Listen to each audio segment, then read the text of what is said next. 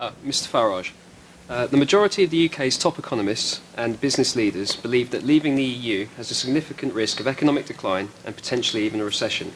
I don't see what I, as a member of the public, stand to gain from this outcast. Well, it's a funny thing, that's what got me into politics in the first place. 25 years ago, we had a government backed up by the TUC, backed up by all the so-called expert economists who said, and by the way, Mr Cameron, who at the time actually worked in the Treasury, and they took us into something called the exchange rate mechanism, where they pegged the level of sterling against the Deutschmark. I, at the time, was working in the commodities business, but also was trading currencies. I thought the whole thing was stone bonkers. Within 2 years, all the experts had been proved wrong.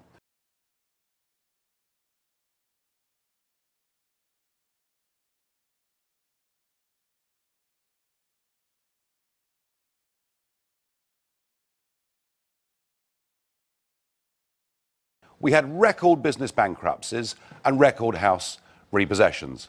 Then 10 years went by and the euro came along. And 15 years ago, the very same people were all saying to us, but if you don't join the euro, then I'm afraid foreign and direct investment into Britain will cease, the City of London will close, terrible things will happen to you. Well, all I can say is thank God we didn't join the euro. And now this same gang, who it seems to me have been wrong about everything, through this process of groupthink, and because in many cases, although they masquerade as being independent, they're actually being paid by the government or paid by the taxpayer, are telling us terrible things would happen to us outside of the European Union. Can I just say this one thing to you? That they've been wrong before and they're wrong again. There are strong, independent voices in business. You know, people like John Longworth from the British Chambers of Commerce, who resigned his position to speak out against this, and people like Digby Jones, the former Director General of the CBI. So the trend is, if they're currently in post, they support the status quo. Once they've retired or resigned, the former Governor of the Bank of England, Mervyn King, then they speak more freely.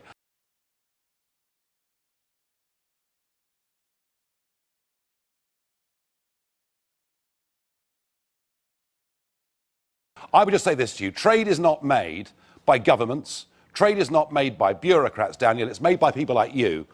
You buy products. You choose to buy a product or you don't. And you know what? Once we've divorced ourselves amicably from political union, we will then go on buying cars and wine and trading happily. Thank you very much indeed, and thank you, Daniel, for that question. We're going to stay with questions on the economy and go to a gentleman not far away. Aaron Barsley has a question for Mr Farage. Hello. I work in the pharmaceutical industry with multinationals who are worth billions to our economy. They're here because we're in the EU. Do you think our independence is going to risk thousands of jobs and billions of annual income to our economy? Well, I don't buy the fact that a pharmaceutical company is in Britain because we're in the EU. They're in Britain because they want to be in Britain. I'm going to interrupt you there. And there are lots of reasons for doing that. Some operations can only be done in the EU. I can't do my job in Switzerland, so I can't review some EU products and live in Switzerland. You have to be in the EU, and that's why they have EU headquarters in the UK, which makes it worth £32.4 billion a year. I have to say that I'm not wholly happy with the way that much of the pharmaceutical industry has behaved. In particular, I see their lobbying in Brussels, which is absolutely massive, and I see the way they've been very good at putting out of business people producing alternative medicine. So not everything your industry has done has been good. Proved against placebo. But look, I've heard these arguments about car manufacturers. I've heard these arguments about car manufacturers. I hear all these arguments that people are only here because we're in the EU. Well, do you know what? We have in this country actually rather a big domestic market. And just to give you a sense of perspective, right? Only 12% of the entire British economy, 12%, is exports to the European Union.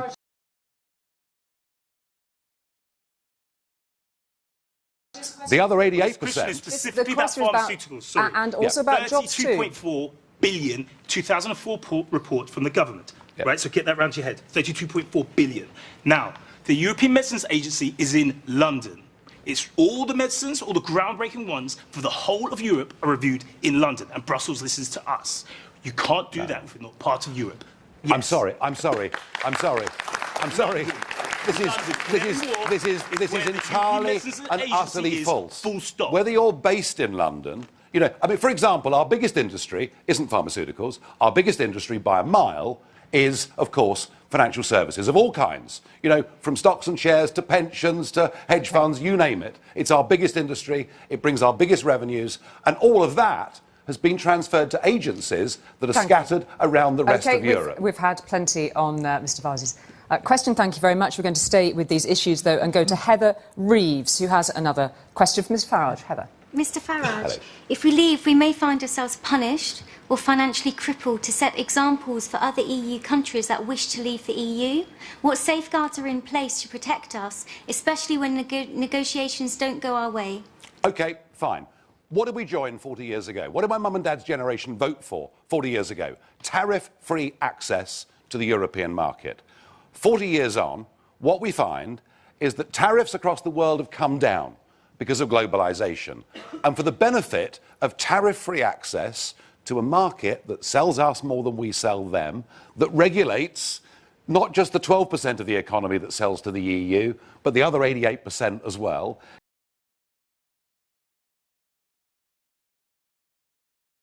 gives us unlimited free movement of people and bans us making our own trade deals with the rest of the world, frankly, the cost of membership now far outweighs any benefit. And do you know something? If those renegotiations went badly, let's say the worst case scenario, that the French and Germans decide to cut off their nose to spite their face with their... Hang on. Right, well, let's just say they decide to cut off their nose to spite their face with their biggest export market in the world.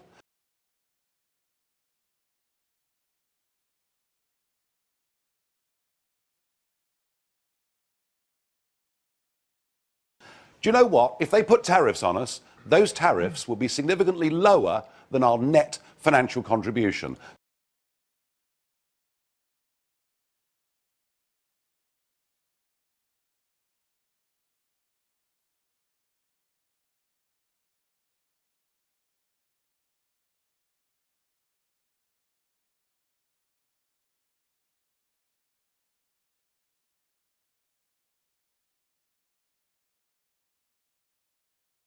So no deal is better than the rotten deal that we've got at the moment. Heather, and the reality, the reality, of course, allow her to come back on that, yeah, please, sure. Ms. Farage. The President of the EU Commission, Jean-Paul Juncker, has already said that deserters will not be welcomed with open arms. Isn't he lovely?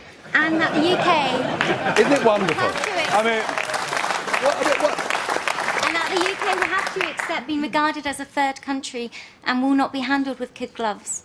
I don't want to be The German threatened. Chancellor and the Prime Ministers of Spain and I'm sorry, Netherlands I'm sorry, also we're disagree. British, we're better than that. We're not going to be bullied by anybody, least of all the unelected, charming though he may be, Jean-Claude Juncker. Forget it. Thank you, Heather. We're going to go to another question now. Stephen Dennison-Smith has a question for Mr. Farage. Yeah, Mr. Farage, you've maintained that wages are kept low by uncontrolled immigration in the UK, and that if we leave the EU, one of the benefits will be that wages will rise. Yes.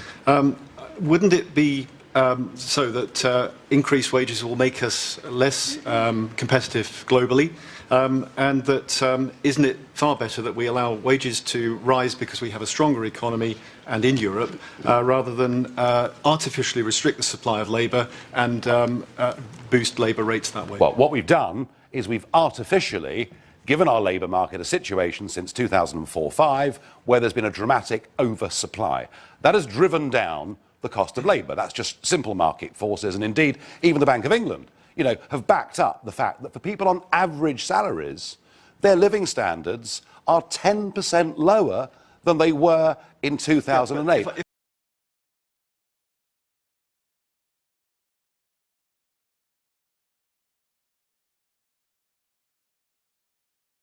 If I can come back to you on that, what I'd say to you is that just artificially jacking this, the cost environment in the UK up by restricting labour supply, well, the problem you've got is that you've seen traditional industries move to other parts of the world to lower cost manufacturing environments, and simply if you make us more expensive to do business artificially, okay, it's going to migrate now elsewhere. This is the argument of Lord Rose, who of course is the chairman of the Britain Stronger in Europe group, although appears to have gone into hibernation. And this may well be because when he appeared before the Treasury Select Committee, he was asked if Britain leaves the European Union, has a work permit system for foreign workers, wouldn't wages go up? He said yes, but I don't think that would be a good thing. Do you know something? There is more to this country. There is more about our community than just being competitive. Artificially putting ourselves into an environment where we just make us... I'm sorry, sir. What is artificial is to have opened up our doors to nearly 500 million people and to flood our labour market and to see some of the best, but when finest... you or I are old and dribbling in our nursing home and needing somebody to mop up behind us, if you double the cost of that kind of work, what are you going to do? I don't know. Well, we're not saying double the cost, but we're saying significantly higher. And what I am saying to you is, I think it is wrong that for average, decent families in this country, their living standards have fallen by 10%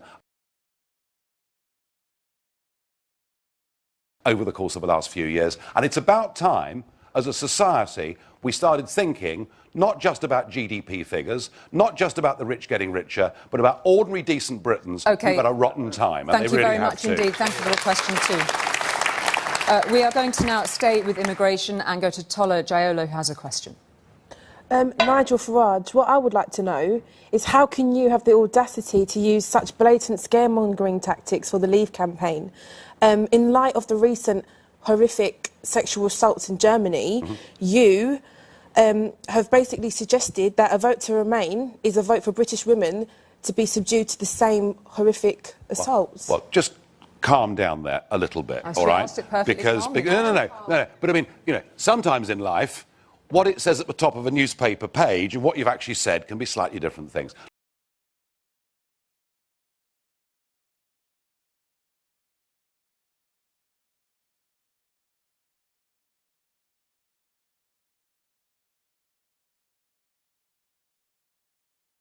Look, I'm used to being demonised because I've taken on the establishment. Aren't you demonising my... And I have... Just let me finish. And I have, you know, when I first suggested we should have an Australian-style points system, I mean, you'd think I'd said something dreadful. And now I'm pleased to say lots of people are saying it. I don't think that's what I asked. What I said about Cologne was that it's a huge issue in Germany. It's a huge issue in Sweden. I think Angela Merkel has made a big mistake by saying, please anyone come.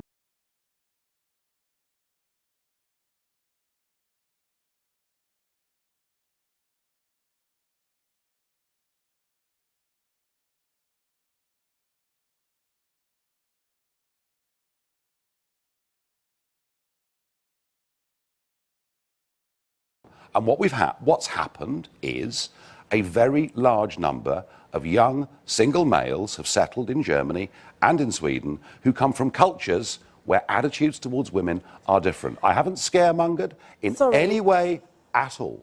Are you not embarrassed that Justin Welby today said that you're legitimising racism? Well, I'm sorry, and I'm not going to stand here and attack the Archbishop of Canterbury, but I think he would have done better to have read actually what I said and not what the headline was. And he would do well to see what the head of the Roman Catholic Church in Germany has said, because he's made some very robust comments. But you're targeting a certain group of people and using them as bait to prey upon British people's rational fears about mass migration. I'm sorry, this is an issue for the future. It is a tiddly little issue, as far as I'm concerned, in this election campaign.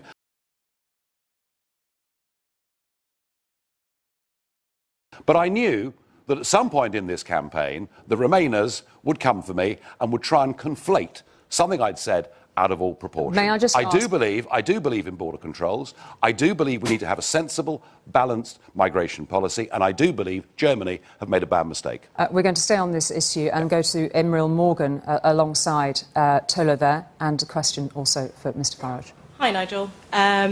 I know a lot of people, I have an access to a predominantly black British audience, and a lot of the concerns that they have raised, alongside concerns that I have myself, is that you are going to increase the fear and discrimination of black British people through your anti-immigration rhetoric. Well, are you encouraging racism in Britain? I don't think you could be more wrong, and here's why. Well, how are you going to safeguard that is essentially what I want to know. And here's why. You know, I take a very strongly pro-Commonwealth view. I think it was very bad and wrong of us to turn our backs on the Commonwealth in favour of a European political project, and we've made a bad mistake. So now what we do is if you've got a qualification and you come from India or you come from parts of Africa, you now find it very, very difficult to get into this country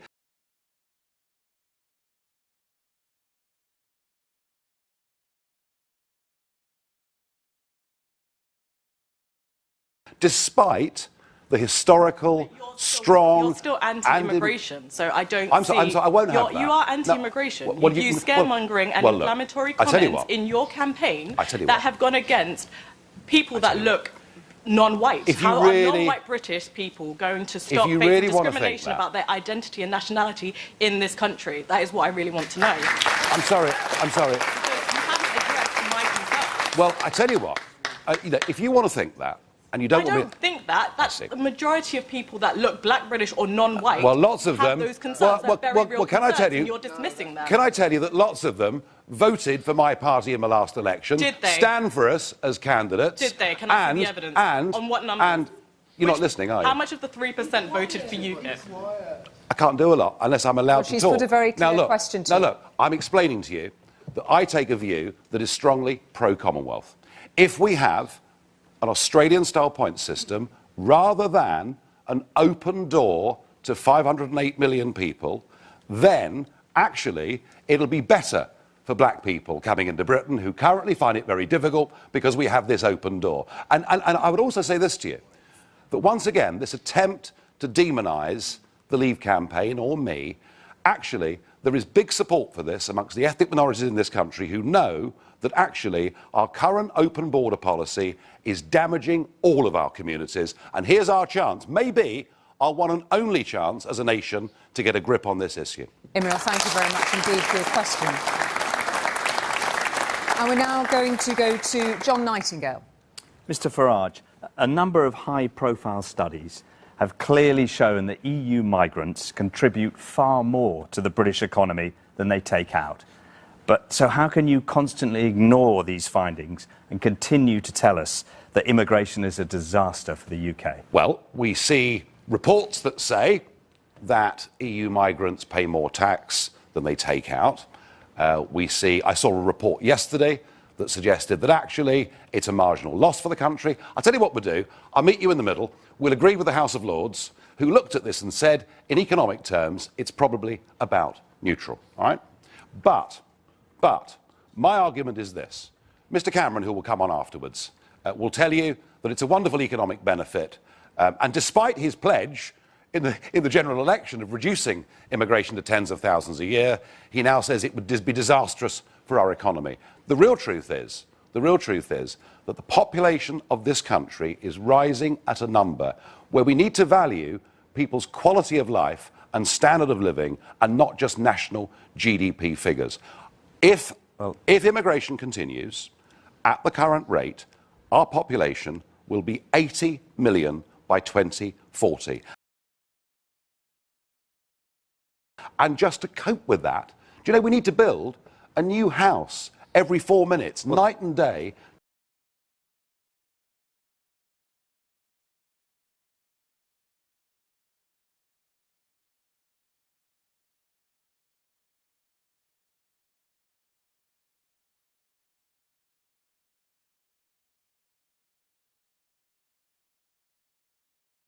Just to cope with the current numbers. So what I'm saying to you is, let's have a balanced approach. Let me tell you that we, as you well know, have an ageing population here, that we are going to need migrants to pay our pensions, to pay for hospitals, to pay for the NHS, although all that is going to be necessary. That if you think you can actually stop people coming in here, if you persuade our country to leave the European Union, and then you find, in fact, every European country that wants to trade in the free market has to have free movement of people. What are you going to do in 2 years' time? And then are you going to ask to join again? You're bringing something else in here. Look, nowhere else in the world, apart from the EU, is the argument made that to trade with each other, you need to have free movement of people. That doesn't exist anywhere else in the world. But it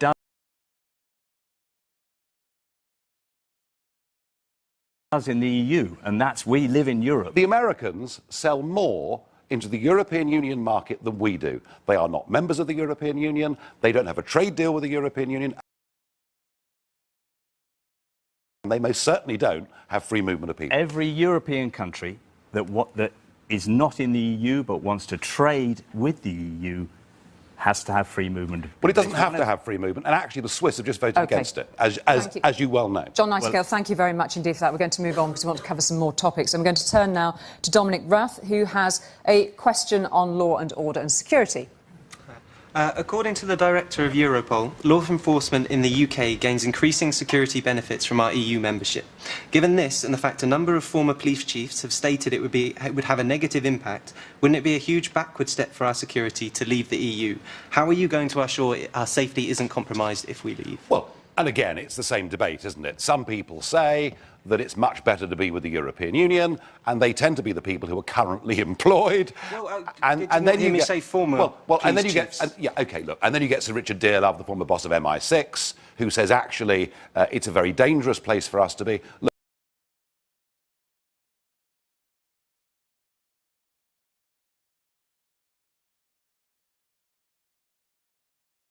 Look, I take this very simple view. You quoted Europol at me. That same boss of Europol said that the migrant policy, and by the way, these are not refugees, they're mostly economic migrant policy over the last year, sparked by Angela Merkel, as we discussed earlier,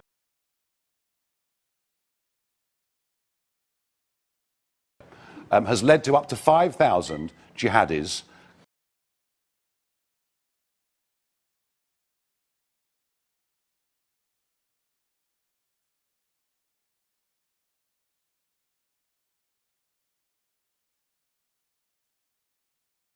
coming in to the European Union in the space of the last 15 months. The former boss of Interpol said, we may as well put a sign on the southern beaches of Europe saying, terrorists welcome. So we have a very real problem. Now, the question is, how do we deal with issues like this? The first point that I think is really, really important is this.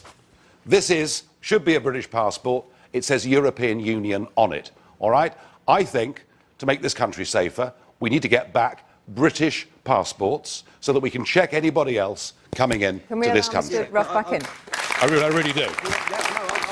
I completely agree on your border control point, but what I'm talking about with our security is not just about that. And you've got to put terrorism aside. Terrorism accounts for some tiny proportion of the cases that our police are involved with around Europe. You've got stuff like Europol, you've got Eurojust, the European warrant, you've got the convention which allows the databases to be set up to change. If we leave, all of them are going to be taken out under the European. There's also, I work in card fraud. You have the SEPA arrangement where card fraud losses are much lower under that than in outside SEPA, which is the single European payment area. There are all these reasons that aren't actually terrorist or immigrant related. So when you're talking security, I think our police have a lot more involvement, and we're also the leading people in Europe that have caused a huge number of changes. But here's the point, Dominic's got a lot to get off his I know he has. I know he has. He's very brief because I need to move on. I'll be very brief. OK, there are two approaches to this. One is that as a sovereign nation, we cooperate and we exchange information with our friends and neighbours, just as we do with the Americans. But no one says we have to become the 51st state of America to do this. I suggest we do this as a sovereign nation, not give away the authority to this to Brussels or any agency. And we should say also the Director of Europol is in favour of remaining. Yes, he is, but he's equally criticised their own policy. We've already got a lot of intelligence areas, sorry to come in, but we've already got a lot of intelligence to do with terrorism outside. The ones within the European Union aren't in that vein, and I don't think you can pass them in the same way, sorry. Thank you very much, Dominic. OK, we're going to speak now and hear from Joanna Stambridge, who has a question about sovereignty. Joanna. Hi. Even if we left the EU, we're still going to be members of a whole load of international organisations. I hope so. World Trade Organisation, the UN, the IMF, all sorts of different organisations, all of which involve sovereignty trade-off to some extent. So would leaving the EU really establish UK sovereignty, or is it a bit of an emotional red herring? OK. You mentioned the World Trade Organization. We have no vote on the World Trade Organization. When international trade's being discussed, Britain, and sometimes we're asked even to leave the room, because we've given away the ability to do that to an unelected bureaucrat based in Brussels. Can I just stop you there? Because I'm not sure who's unelected. That's something that I keep hearing. The European commissioners are unelected, they are appointed, and they have the sole right to propose legislation within the European Union. Can I again stop? Because my understanding Okay. is European commissioners are appointed by elected representatives and have to be appointed We cannot vote. by Mr. the Juncker, Parliament. Mr. Juncker was the charming Mr. Juncker who's been threatening us was mentioned earlier. Okay. We can't vote for him. We can't remove him. Thank you. Sovereignty. Look, Thank we you live very in much we on live in that. we live in an interdependent world. But the point about this referendum, this is a referendum for us to vote to get our independence as a nation. Thank you. And that means we make our own laws in our own parliaments. Our own Thank you, courts Mr. Farage. are the ultimate arbiters, and we can then One more trade and question. make our own decisions. We just want to get one more question Sure. in, please. Forgive me for interrupting there. Mr. Grimwood, Dave Grimwood, you have a question. Thank you. We've been told that this referendum is a once-in-a-generation opportunity. I'm just interested to know what you think the EU will look like in 20 years' time if we stay in it. Well, I think it's done for, frankly. I think the Eurozone is a catastrophe. Just look at what they've done to Greece and those Mediterranean countries. The migrant crisis is now not just dividing countries, but dividing within countries, leading to a whole new brand of politics. The money's run out, and yet, at the same time, they're saving up for the day after our referendum, their announcements about a European army and about an increased European budget. The project doesn't work. I want us to get back our independence, but to say we'll be good Europeans. We'll trade with Europe, cooperate with Europe, but govern ourselves. And I believe when we do that, the rest of Europe will do that too. And a happy Europe will be a democratic Europe of sovereign states who are good neighbours in the same street. That's where I want to get us to. Thank you very much indeed.